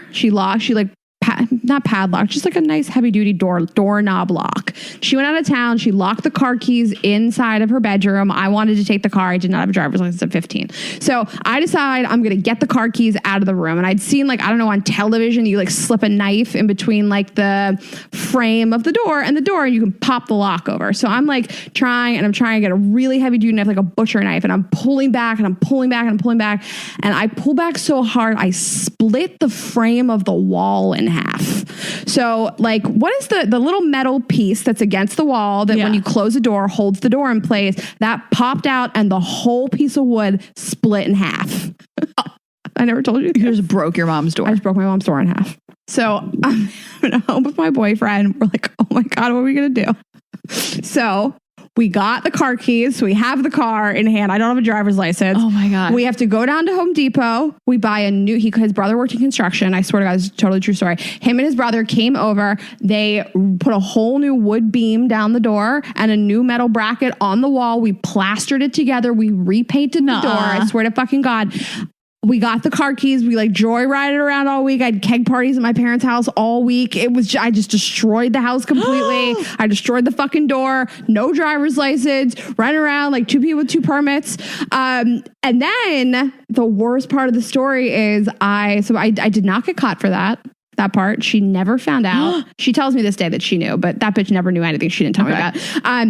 I decided to like go somewhere, I don't know, the mall. And I would steal my parents' car and go to the mall. I put the car in reverse to pull out of the driveway. The car was in drive. I floored it straight ahead into all of these boxes filled with family heirlooms, crushed all the stuff with the car. Just like a dozen boxes. You were so bad. It's the worst thing I've ever done. It's the worst. This is why I don't have kids. I would die if somebody did this to me. My little asshole kid. Oh my God. I had parties all week. I like ruined all of our stuff. I will never forget it. It's the thing I feel the most guilty about in the entire world. Your face. Oh my God. It's a lot. It just keeps getting worse. It's a lot. I know. It was a really fucked up week. My mom is still like not okay from this. That's the most fucked up shit that I did. But I did fix the door and I paid for it. There was nothing I could do with the family heirlooms. I paid to get the carpets cleaned in the house after I had all the parties. That's it. That's the worst shit I did as a kid. That's bad. That's pretty bad. Oh my God. I have so many stories, and I kind of want to share I want to wait till the bonus episode to share like the main time I got grounded for like a boy. I want to share I'll wait. I'll share like a car story since you told a car story. Also, just I got in trouble so many times. I was like a straight A student. I was always really good in school, but I got in trouble for partying all the time. Like I had a fake ID at 15. You'd get in trouble in like school for partying. Like the teachers would know. It was kind of weird. I don't know if it's still like that, but like I remember walking in one day and it was like they were just deciding, they were going through the applications for National Honor Society, and like the teacher that was in charge of it pulled me into a classroom as soon as I walked in, like 7:30 in the morning, and like knew I had this party. Like I was always getting in trouble. I got kicked out of the summer college program for partying. Like it was always like drinking, partying related. And that would continue throughout my life. So my parents live on a farm now that we've always spent time on the farm. They didn't live there. I didn't grow up on that farm. I grew up like a mile away, but we would always be out at the farm and we would have picnics out there and all this stuff. And my parents would let us like drive around on our property. And my brother could drive at like age 8 with my dad in the car with him, obviously, but Matt could drive a stick in the 3rd grade. I'm not kidding. So we would drive the cars around on our property on like a dirt road. And this was probably when I was like really close to getting my license. I was probably like almost 15, and me and my cousin Lindsay were like, can we take the car just up to the house and back? Like there's like a 1 mile long dirt road. You know this. Yeah. And so they were like, yeah, sure. You take the car. It was an Altima and a Nissan Altima. And I was like, Lindsay, let's go. And I took it. I went out of the property. I was driving all around. We like jumped this ditch. There was like all this dirt and grass underneath the bottom of the car. Like Lindsay was like holding on for dear life. And she was like, Ashley, please, let's go back. Like you're really scaring me. And I was like, okay. So I went back, and when we got back, it was farmland. People farm on it. There was this huge grain truck parked right in the middle of the dirt road that I didn't see before. And on either side of it are crops, like beans and corn or whatever, probably beans because corn's tall.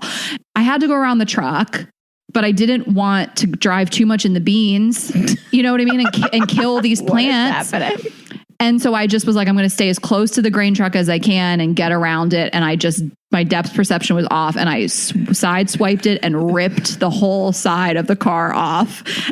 And holy shit, really didn't know how bad it was. Lindsay was like, Lindsay's in the passenger seat. She almost got her arm taken off. And she's like, oh my God, Ashley, what's that? And it's just like ripping the side of the car off. And I was like, oh my God. And we drive back and we're not talking. We're like, oh my God, oh my God, oh my God.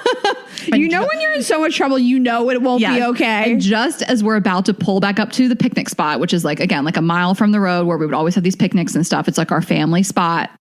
Lindsay will never forget it. I go, I think I'm just going to turn the lights off and maybe they won't notice. Why is every kid on earth, that's their plan? Why does every kid on earth just like wreck the car, pull it into the driveway and be like, maybe I'll just let them think they did it. All the tires are blown out, the sides crushed in. And we obviously didn't know how bad it was till we got out of the car. Mm-hmm. And oh my God. So everybody was furious. I obviously got super in trouble, but I'm also like, you guys let me drive. So you know what I mean? Your ultimate vibe is he needs to apologize to me. Your mom was like, I can't believe you did this. And you were like, why'd you give me the car? So obviously that car was going to be my car, right? 93 Altima. Yeah. And so my dad swears he couldn't find the same color door. Whatever. So he put on a different color door. And listen, the car was champagne colored. It wasn't. What color was the door? Like another shade of champagne, but it was a different color. It's noticeable. It's very noticeable. Everyone in my small town knew I drove the champagne colored Altima with a different color door. It's so embarrassing. Your dad is so funny. The king of shade. I love your dad. He was like, you want to wreck your own car that's about to be yours in a year? I'm going to put a different color door on it. I love your dad. That is the best punishment I've ever heard. Also, guys, just so you know, to put in context, Lindsay's husband is Buck and Buck fucks. Yes, Lindsay is my cousin. Buck is her husband. Buck fucks. Okay, so we asked you guys what the fucked up shit you guys did was. Okay, these are the answers for, we'll just call this segment Wild Child. That's what I said on the Instagram. So these are just some of the short answers that are so funny. Okay, this is so funny. I called 911 on my sister for ripping up my Hannah Montana poster. The cops showed up. Imagine you're these people's parents and you open the door and you're like, these fucking assholes. The cops are like, cops are here. What happened? We had Our a kid Hannah called Montana 911. Hannah Montana related incident. Oh my God. Okay, we got a lot of these, so I just want to read one and just know that we got a ton of these, you bad bitches. Okay, snuck my boyfriend in my bedroom window and had sex with my parents in the next room. That is so bad.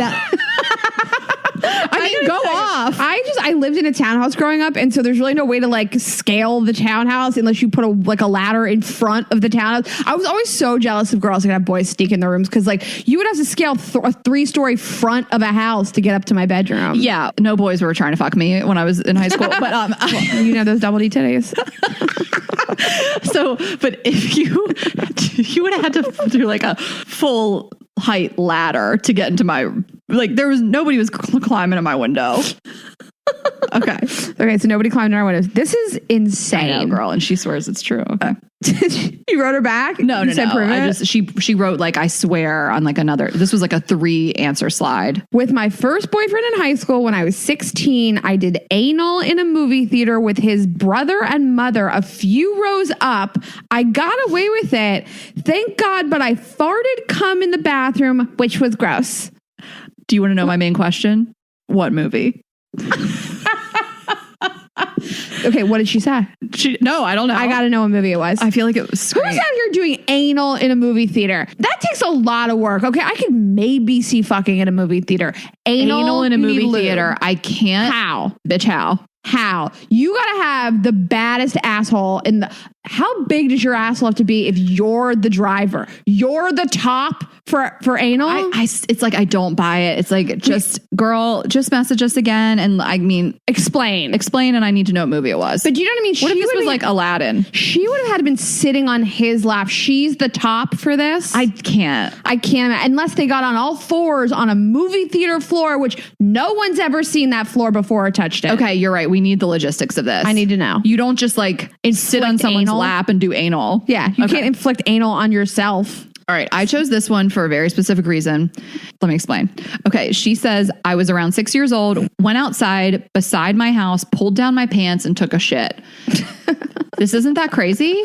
The reason why I'm telling you this is because when I was 6, I got locked out of the house somehow. I don't know how. And my mom was in the shower and I had to shit and I shit my pants next to our house. And when my mom finally came downstairs, saw me, I was outside crying, covered in shit. So I'm glad this bitch got to voluntarily take a shit at 6 years old outside the house because I had to shit my pants. Why don't you just take your pants off? I don't know. It was bad. I was just like, oh my, it was like a new little sweatsuit. You pooed your pants. Yeah. Because I was like, you couldn't take off your new little sweatsuit. I thought I could hold it.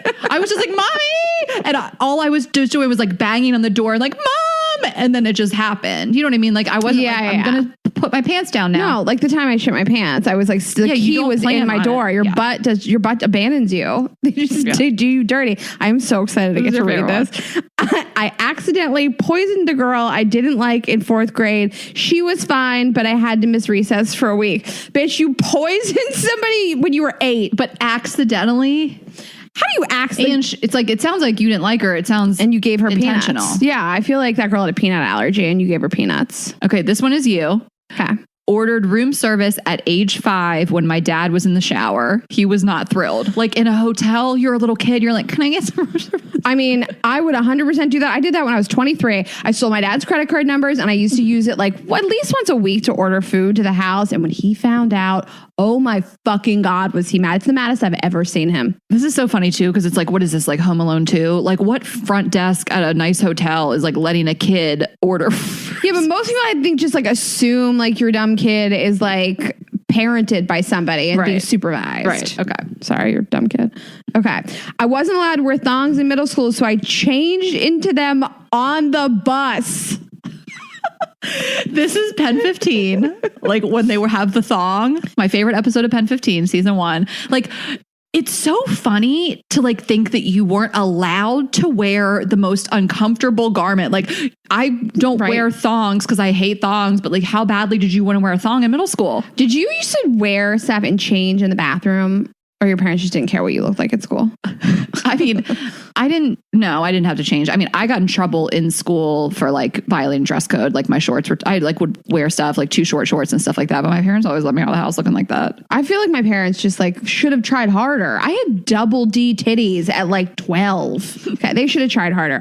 This one is me. Okay. I pushed my sister into a big ass cactus as we were taking a family photo. There were multiple ones of these. Get the fuck Pushed out of here. your sibling into a cactus.